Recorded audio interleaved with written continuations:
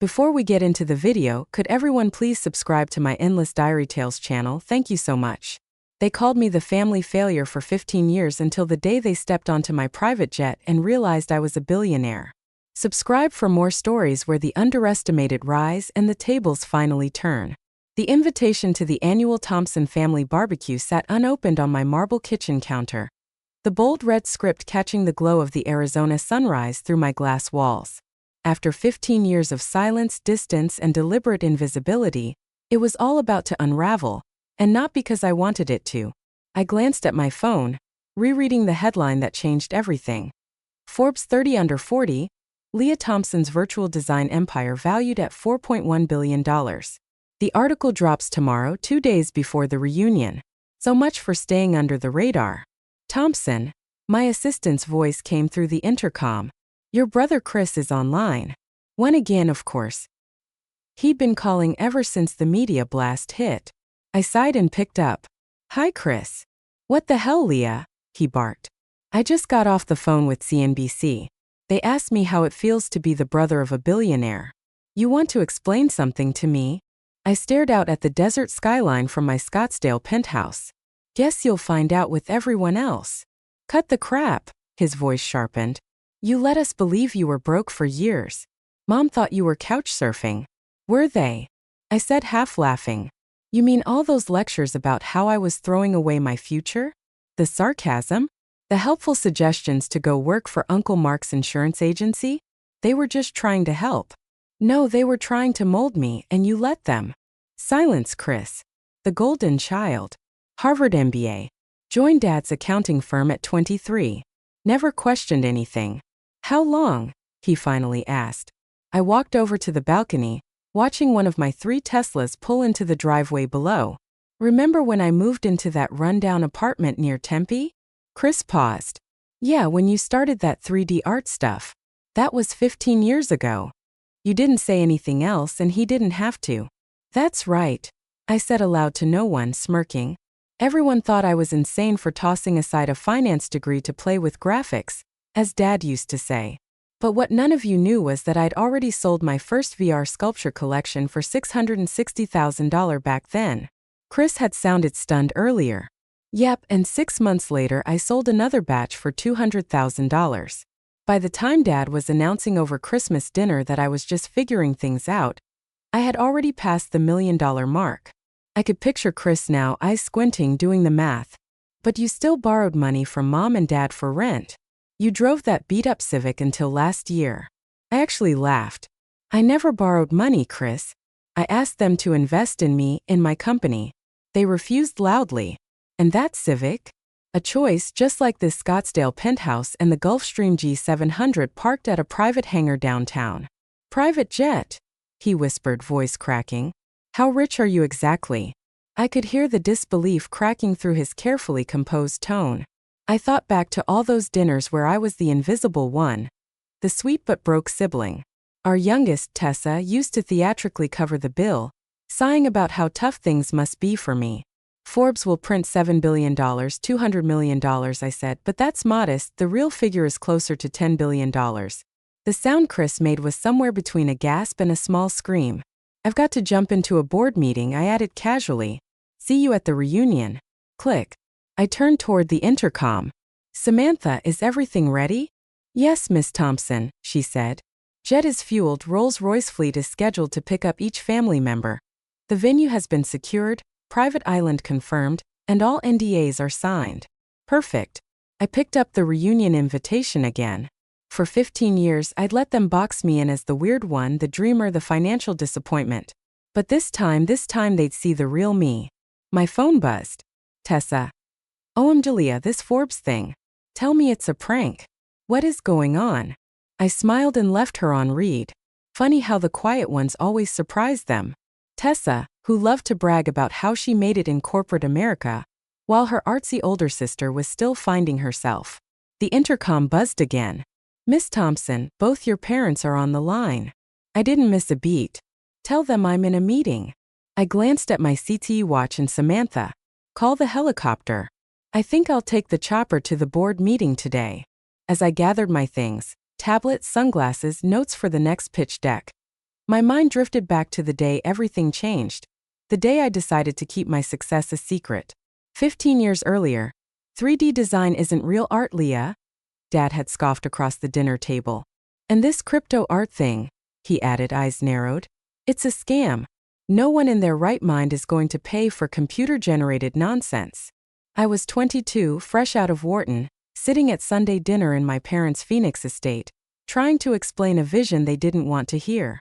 They hadn't paid for an Ivy League education so I could play with pixels. Actually, Dad, I just sold my first collection for enough. He snapped, cutting me off. You either come work at the firm like we planned, or you're on your own. No support, no safety net, just a cold cutoff. My mother gave me her trademarked patronizing smile, reaching across the table to pat my hand. Honey, we're just worried. You need structure, something stable, a real career. I looked around the table. Dad's stern glare, Mom's polite pity, Chris's silence, and Tessa's smirk. That was the moment. I didn't tell them about the $50,000 I'd already made, or the 3 immersive galleries courting me, or the venture capital firms emailing me daily. You're right, I said, standing. I'll figure it out on my own. 2 weeks later, I moved into a shoebox studio in Tempe. They assumed I was broke, too stubborn to ask for help, but I was quietly building a digital empire. Year 1, brutal 18-hour days, code art, networking, sleepless ambition. My first major collection, Neon Syntax, sold out in 6 hours, total earnings $1,200,000. I reinvested every cent, hired engineers, built platforms, revolutionized what digital ownership meant. But every time I visited home, same civic, faded jeans, quiet smile, let me help with rent, Mom would say no thanks. I'd reply, I'm doing just fine. And I was more than fine. By the end of that first year, my network had crossed $10 million. By year 3, I'd quietly hit $100 million. But to my family, I was still just Leah, the idealistic sister who wasted her potential. Now, 15 years later, as I stepped into my private helicopter on the roof of my Scottsdale building, I thought about how the little white lie had grown into a billion-dollar secret. In 2 days, everything would change. My phone buzzed again, a text from Dad. We need to talk. I smirked and turned off the phone. He'd have to wait. After 15 years of condescending comments and backhanded concern, they were finally about to learn the truth, and I was going to make sure they never forgot it. The Forbes article dropped at exactly 6 a.m. I was already up, black coffee in hand, laptop open in my sleek home office, a wall of monitors lighting up with chaos. Digital art disruptor. How Leah Thompson quietly built a $10 billion empire. Right under the headline, a photo I personally approved, me in front of my best-selling VR gallery, wearing a custom couture outfit worth more than Tessa's annual salary. The article didn't just reveal my wealth, it mapped out the empire I'd built in silence. The tech platforms, the partnerships, the auctions, the investors. My phone erupted. Tessa, wait, is this real? $10 billion. Chris, I told you something was up yesterday. Mom, Leah, sweetheart, please call me. Dad, this has to be a mistake, a misprint. Aunt Leah, is our Leah the Leah Thompson? I muted the chat and checked my inbox. Dozens of interview requests, investment pitches, TED Talk invites. But one email stood out from my dad's longtime business partner, Martin Delgado. Leah, I believe there may be strategic value in exploring synergies between Thompson Interactive and Delgado Capital. I understand your father may have had past reservations, but I assure you we are open to evolving. I actually laughed out loud. 3 years ago, I pitched them a collaboration. Martin looked me dead in the eye and said, "We don't gamble on internet gimmicks." My intercom buzzed. "Miss Thompson, your mother is in the lobby. She's quite insistent." I pulled up the security feed. There she was, Elaine Thompson, impeccable as ever in her tailored Chanel, arguing with security like her life depended on it. Let her up, I sighed. Time to face the first ripple of the storm, overlooking the Arizona mountains, sunlight pouring through glass walls, and a Keith Haring original hanging behind me, worth more than my parents' entire house. Leah, my mother whispered, her voice shaking as I stepped fully into the penthouse. What? What is all this? This is my real home, Mom, I said calmly, handing her a steaming cup of coffee. Not the modest little condo I keep for family drop-ins. She wandered toward the floor-to-ceiling windows, her heels echoing against polished marble floors. But how? When? How long have you been living like this? 15 years, I replied, leaning on the kitchen island. Since the night you and Dad said digital art was a phase, something no one would ever take seriously. She turned slowly, her perfectly done-up face now clouded with confusion and something else I couldn't quite place. But we saw you struggling, the tiny apartment, that old Civic, asking for rent help. I gave a dry smile. I never asked for rent help. I asked you both to invest in my company. There's a difference. And the apartment, the car are all part of the illusion. I played the role you believed, the broke dreamer, the lost one. That was the only version of me you ever accepted. Her lips parted in disbelief. You lied to us, Leah, for 15 years. No, I said quietly.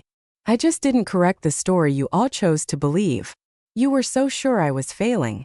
You never looked deeper. She sank slowly into one of my custom leather chairs, her posture collapsing. For the first time in years she looked her age. Does anyone else know? Just Chris, I said. He found out when the press release went out. I think he tried to warn you. She nodded. He called your father, said it must be a mistake, some other Leah Thompson. I walked to my desk and handed her a folder. Here's the proposal I gave Dad 3 years ago. If he'd invested the $1 million I asked for, his share would be worth over $100 million today. Her hands trembled. He said you were looking for a handout, she whispered. That your art had failed and you believed him? She didn't answer. Did any of you ever come to one of my exhibits? Google my name? Nothing.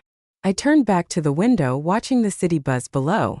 The family reunion is still on, by the way, but I changed the location.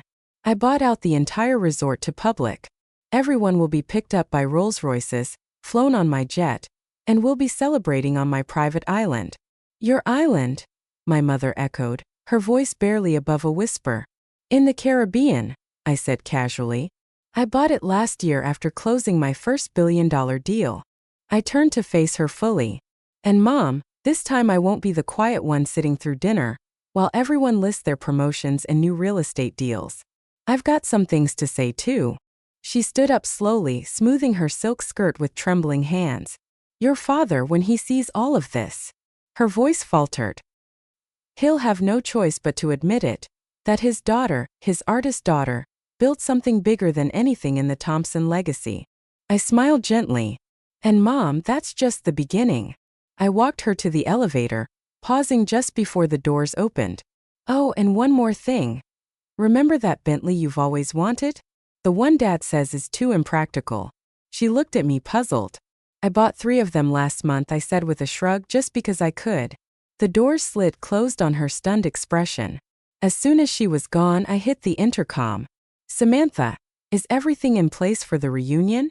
Yes, Miss Thompson, she replied smoothly. Island staff are fully briefed. Each guest will receive a personalized folder documenting every investment offer they declined over the years, along with current valuations.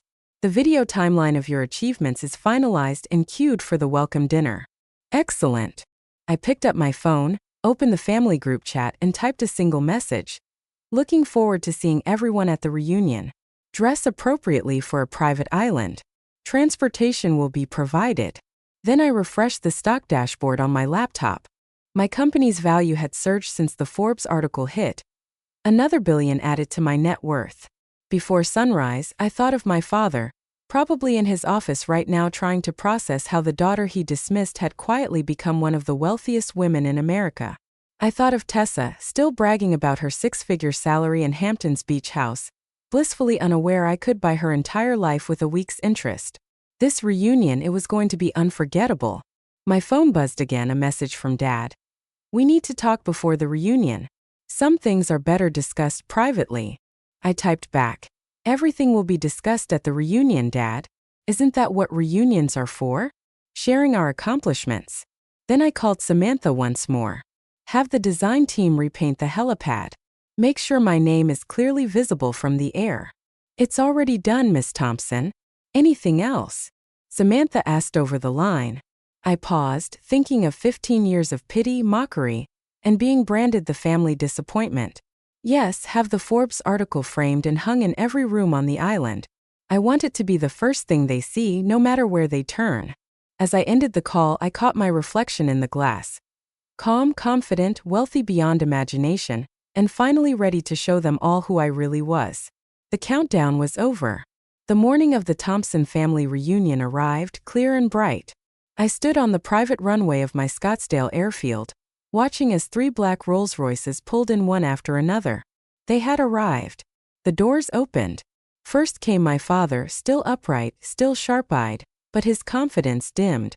My mother followed, more subdued than usual after our conversation days earlier. Chris, Tessa, and a wave of aunts, uncles, and cousins trailed behind, their faces full of disbelief and veiled judgment. And there, waiting for them in the center of it all, sat my jet. Sleek, white, gleaming Thompson Interactive emblazoned in brushed silver along the fuselage. "Welcome, everyone," I said, letting my voice carry. "Hope the ride was comfortable." "Leah," my father said, stepping forward, trying to reclaim his usual authority, "this is a bit much. The resort would have been just fine." I smiled. The resort was too public. "Dad, this reunion needed to be more meaningful on my island." "You're what?" Tessa muttered, clutching her dye bag. "Of course you have an island." As they boarded the jet, I watched their eyes shift, soaking in the gold-trimmed interior, the original artwork, the dapons and crystal flutes. "Is that a real Picasso?" Aunt Alale whispered. "Yes," I replied. "Picked it up last year." My father cleared his throat. "Leah, maybe we should talk." "We will when we land. Until then, enjoy the champagne," I said, tilting my glass. "It costs more than your company made last quarter." He flinched. 2 hours later, we descended toward a glittering jewel in the ocean. My 300-acre private island with a luxury resort nestled at its heart. Let the reunion begin. And there it was, visible from the sky, exactly as planned. My name, Leah Thompson, spelled out in letters so large and bold they could practically be seen from orbit. "So high," Tessa gasped, misreading the name at first, then her jaw dropped. As we landed, I heard her whisper. Of course she branded it. The helipad was surrounded by massive digital screens, each cycling through my most successful immersive art collections. The sale prices were prominently displayed. $2.30 million, $670,000, $11.50 million. Each one was a statement in itself. "Welcome to Thompson Island," I said, stepping onto the tarmac, my own little slice of paradise. "Little," Chris muttered, eyes wide. The resort complex that stood before them was a seamless blend of futuristic architecture and untouched Caribbean beauty. "Everyone's rooms are ready," I continued. "There's some reading material waiting in each suite. I suggest you review it before dinner." The reading material was customized for Dad. A printed timeline of every deal he declined, each missed opportunity annotated with present-day valuations. For Tessa, a comparison of her entire annual salary versus what I earn in interest per day. For Chris, an internal audit showing how much his firm lost by turning down a collaboration with my platform. I gave them an hour to settle in, then I summoned them to the main dining hall, a glass-walled space overlooking turquoise waves. The long table sparkled with crystal, silver, and place settings worth more than most cars. On every wall, the Forbes article was framed and backlit, impossible to ignore. They entered slowly, all pretense of confidence fading. Even their designer outfits looked oddly out of place here. "Please have a seat," I said warmly. "We have quite a bit to talk about." "Leah," Dad began, attempting diplomacy. "I think I speak for all of us when I say we're surprised." "Surprised," I repeated with a soft laugh. "Not angry that I kept this from you? Not disappointed I didn't share the truth? Just surprised." "We didn't know," Mom murmured. "No, you didn't want to know," I corrected her. "Every time I tried to talk about my work, you changed the subject. Every time I offered you a seat at the table, you dismissed me, but the apartment," Tessa said, voice small, "the Civic, the times I picked up the check because you thought I was broke." I finished for her. "Did you enjoy that, Tessa? Being the successful sister, the savior?" She looked down, cheeks flushed. At least she had the decency to look ashamed. "Let me show you something," I said calmly, pressing a discreet button on the side of the dining table. Motorized panels opened overhead, and high-resolution screens descended. A timeline appeared, juxtaposing milestones in my journey with the words they'd used to dismiss me. 2010. This 3D art thing is a waste of your degree, Dad. Result. My first digital sculpture collection sells for $50,000. 2012. Leah, you need a stable career, Mom. Result. Company valuation hits $15 million. 2015. At least one of us is doing well, Tessa. Result. I close a $120 million partnership with a major tech firm. 2018. Crypto art sounds like a scam, Chris. Result. My platform crosses 500,000 users and $600 million in sales. 2022. We don't fund online gimmicks, Dad's firm. Result. Company valuation surpasses $3 billion. Every single comment, every time you looked at me like I was chasing a fantasy, I said, my voice steady. I remembered all of it and I used it. My father swallowed, followed hard. Why didn't you tell us? Because you never wanted to hear it, I said. You needed to learn that success doesn't wear a suit. It doesn't follow your playbook. And sometimes the person you underestimate changes everything. I walked to the edge of the room, glass walls framing endless turquoise water. The hardest part wasn't keeping secrets.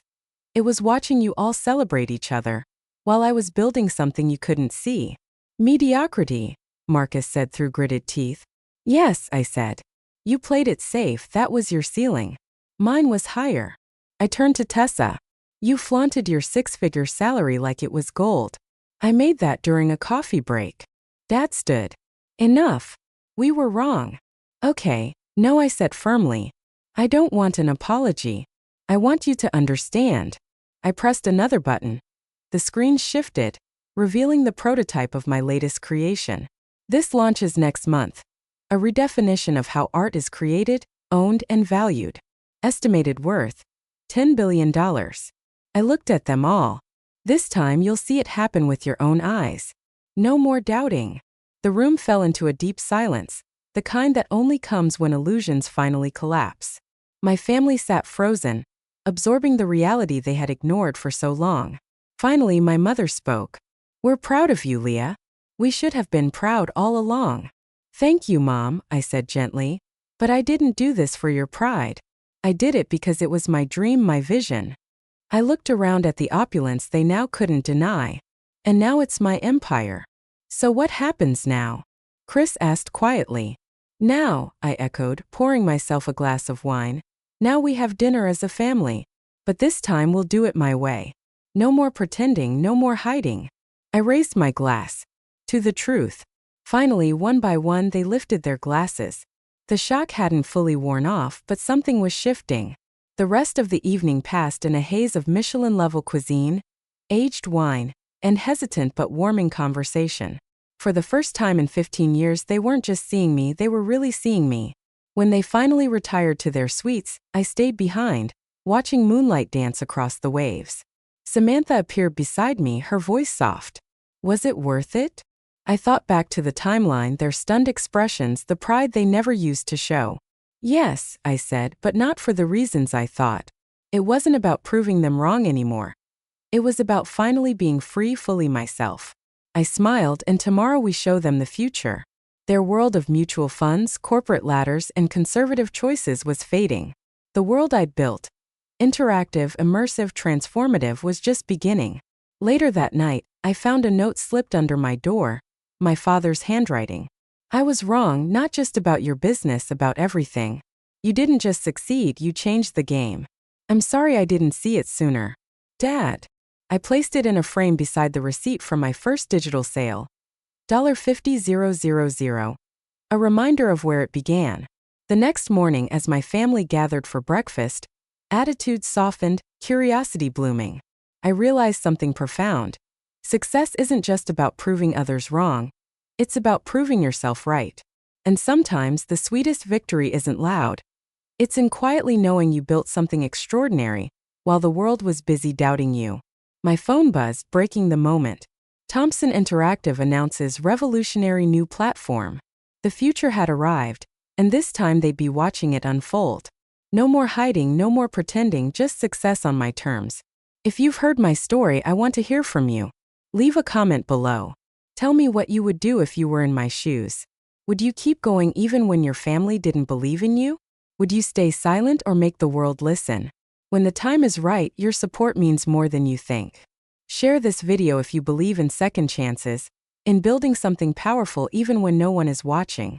And don't forget to subscribe because this isn't just my story. It's for anyone who's ever been doubted, dismissed, or underestimated. And if you're chasing a dream right now, keep going. People may laugh, they may doubt you, they may call you crazy. Let them. Let their doubts fuel your drive. Build quietly, grow, and when the time comes, let the results speak for themselves. You don't owe anyone an explanation for your vision, but someday you owe it to yourself to prove you were right all along. Because success is not about shouting the loudest, it's about being undeniable. Now tell me below, what dream are you unwilling to let go of?